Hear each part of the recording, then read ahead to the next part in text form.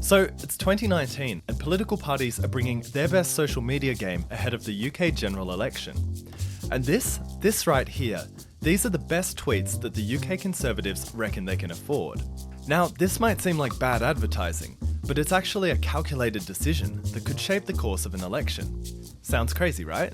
Well, not if you take a look at what has already happened in Australia this year. How good is Australia? At the start of 2019, the Conservative Liberal government in Australia was tipped by many pollsters to lose power in the coming federal election. For 3 straight years, the Liberal Party had trailed behind the opposition Labor Party in the polling. But when Australians cast their votes in May, the Liberal Party, led by Prime Minister Scott Morrison, seized victory in what had been called an unwinnable election. One of the people credited as the architects of this victory was the Liberals' federal director Andrew Hirst. It had been his move to engage a small digital creative agency from New Zealand to run the Liberals' social media. This is the agency known as Topham Guerin. It was started by Sean Topham and Ben Guerin, 2 former members of the New Zealand Young Nationals youth wing. With help from Topham Guerin, the Australian Liberals election campaign went from looking like this to something like this. Over the course of the election campaign, the Liberal Party's digital campaigning saw a noticeable shift towards less polished images and videos posted far more often. This is Topham Guerin's bread and butter. Ugly text, badly superimposed images, blunt juxtaposition, and the same slogans again and again. You're going to slap some Calibri font on a shitty, reused meme, and you're going to publish it, and then you get on to the next one. And you know what? That content's going to do better than the thing that your poor graphic designer spent a week on. Sad but true. And he's not wrong. By the end of the campaign, the Liberal Party posts had increased in volume and were consistently more engaging than those of their opposition. What Topham Guerin say is the most important part of their strategy is in fact very, very simple. The best social media strategy is water dripping on a stone.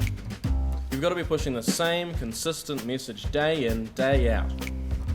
The challenge is to use a variety of content to do so. This is what that strategy looks like.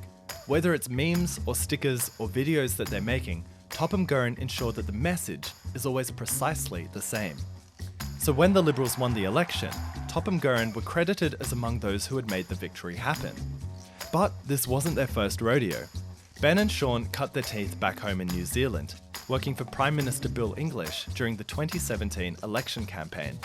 Now, Bill English's Conservative National Party didn't win that election, but looking at the social media campaign that Topham Guerin ran for them, you'll notice something remarkable.